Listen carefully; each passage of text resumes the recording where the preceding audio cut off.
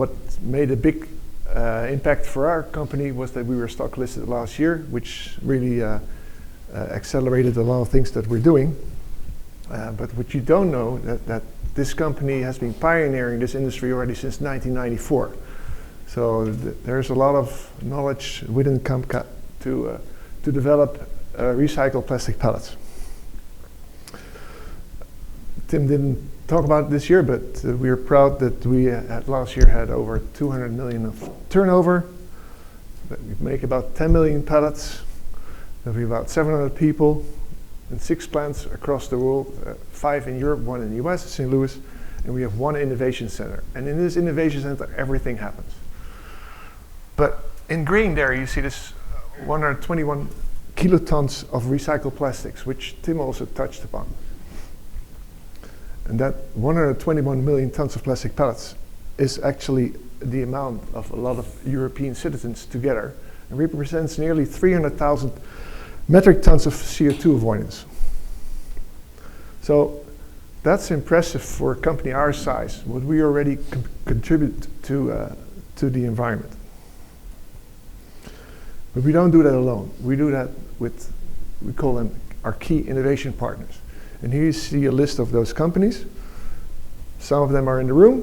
Unfortunately, most of the companies that you see on this list are based in Europe, but we're happy that some of the companies are here today.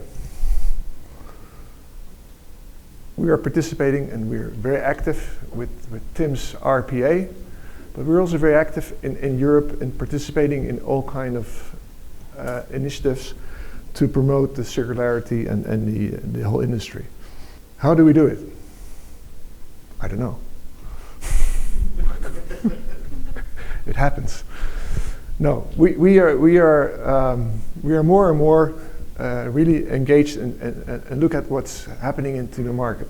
So in the market, we see that everybody is trying to drive down costs by automation, by implementing tracking devices, digitalization, whatever. But we also see sustainability. We touched upon it before. And we, as Steve says, we see this all as an opportunity.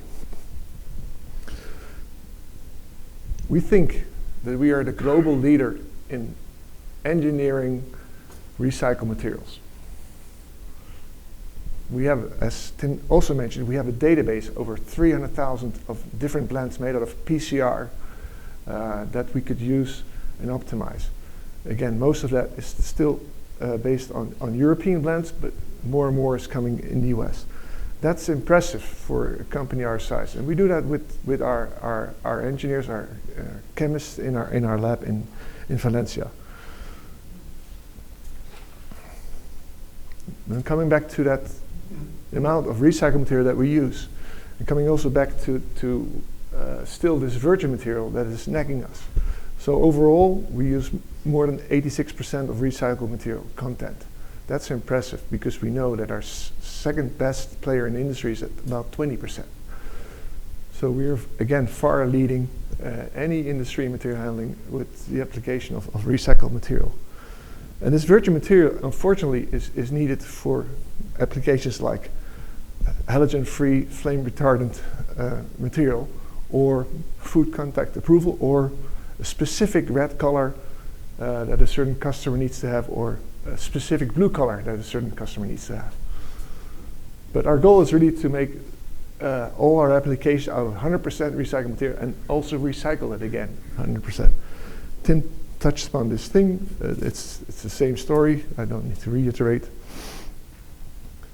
So we are understanding what's happening in the market, and we design materials. We optimize the design. We then design products. Then we basically do all kind of developments and testing and things like that.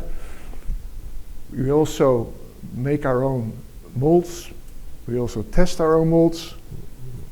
We also service. We also implement IoT devices. We also implement RFID devices. We take back our used pellets or used plastic waste from any other company, and we do that continuously and continuously. that results in materials with the lowest environmental impact that you could possibly imagine. Now, what are the guiding design principles when we do these things? So, first, we have to make the parts. That means that the parts have to be made with the least amount of material, as light as possible, but also using as little as much as possible energy when producing. And of course, when you have complex products, we'll see that later, you want to minimize assembly. But at the same time, when we develop design products, we look at what's going to happen after the lifetime. How do you retrofit? How do you repair? Or how do you recycle? So our products are, in essence, made to last, to make many, many trips. We have some customers here in the room that make 100 trips a year. Some customers make only 4 trips a year, but they last for probably at least 10 years. And after lifetime, they can be recycled again. And this development cycle of development is not like Windows Start Me Up. It's not like somebody here says, I need that product, I've got a good idea, I need that within half a year. Unfortunately, that's not how it works when we start up with a new, let's say, complex development. It takes quite some time in the beginning of developments to understand really the use, the application, all the requirements. From there on, you have to validate several concepts, and we have seen developments where we have made more than 10 concepts, and concepts can be based on a design, but it can also be based on a one-to-one real-life prototype. So that's a pretty big development cycle. Then you go into the, let's say, the tooling phase, which in itself, you have to make a big part out of metal or combination of metal, and that period of time is also, let's say, fixed 6 to 9 months. So before you really have a product into the market, you are easily 1.5 year to 2 years on the way. And we think also that we are the best designers in this market. So we have the best material base, but we also think that we have, in Valencia, we have a group of very creative people that are able to design in a lean way optimized solutions. And these people are, let's say, have a different mix, have a different design background, but also have a very pragmatic approach to implement products. And what we like to do is really to do that together in collaboration and co-creation with the customer. That's the thing we like to do, I like to do, what our company likes to do. And here I'm going to show you something that we're working on recently. It's basically something that's very much in development, so-called battery tray carriers. Battery market is changing, and the automotive industry is changing, and battery trays, battery containers are being standardized now. Here you see a concept design of a battery tray container.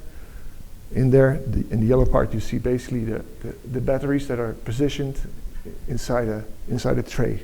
The load in that container is about 1,000 pounds, and the requirements for battery transport are extremely high, which means that this container, also the requirements are extremely high, and one of the bigger things that this package has to do, it has to protect the content at all times, which means that during a crash or something that happens, that the battery is not able to come out of the unit. So what we do in Valencia is with the right material data, we're able to make computer simulations to not only look at the static strength or deflection of the product, but we're also able to simulate dynamic performance of these units. So I can look at this thing for hours and hours, because I know how complex it is to make this. It's already complex to make it out of virgin material, but it's much more complex to make it out of recycled material and have a predictive model that you can integrate into your design development. If I tell you that that prototype has the dimension of this, so what we also do is we make a lot of, let's say, 3D printed small tabletop models to just play around and simulate what needs to be done.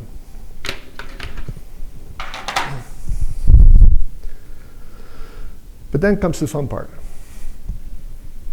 What we also do is then make one-to-one real-size products. So here you have this box, fully loaded, 1,000 pounds inside. Has to drop from a height, I don't remember the height, but you can see it in the picture. And the regulation says that the container should be able to drop on all corners. And the content should not drop out. Container can break, but cannot come out. Let's see if this works. Slow motion.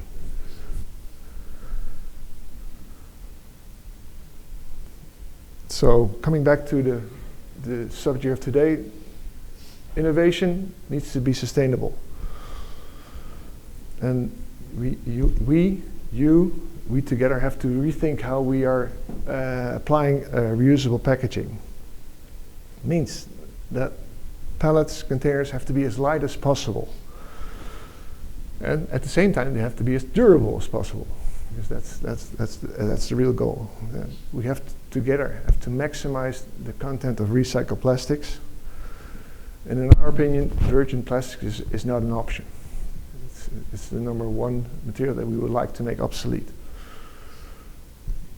Actually, you need to reduce the volume of your RTPs.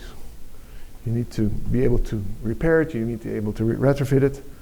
And you need to make sure that's 100% recyclable at the end of life. So you need to get it back.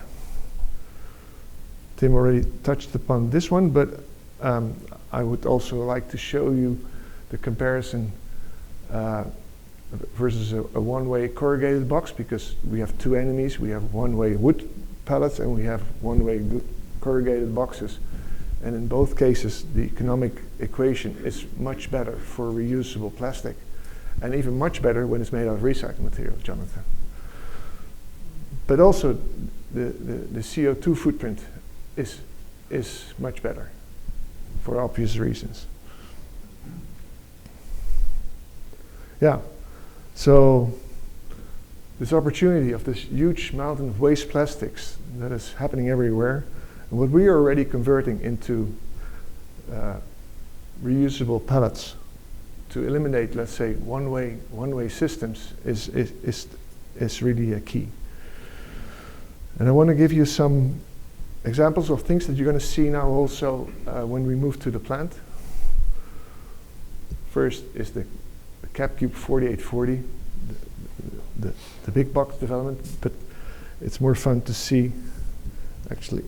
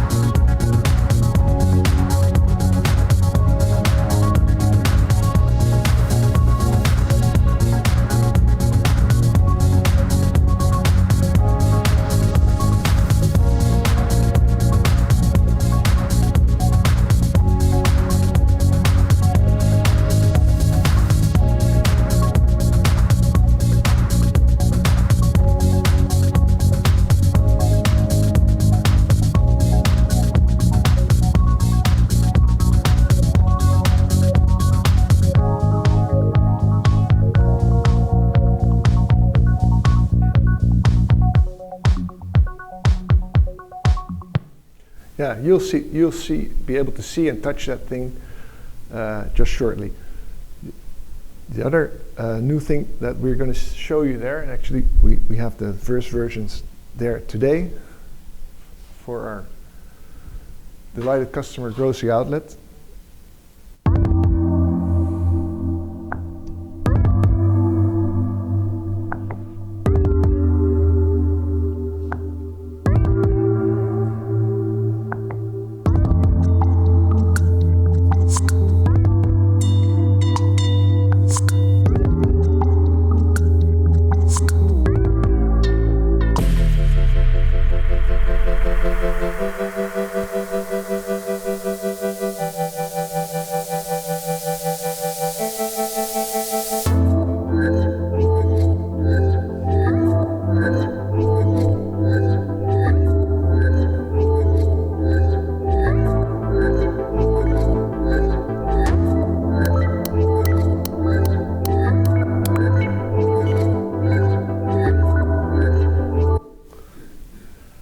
Yeah, and then an oldie.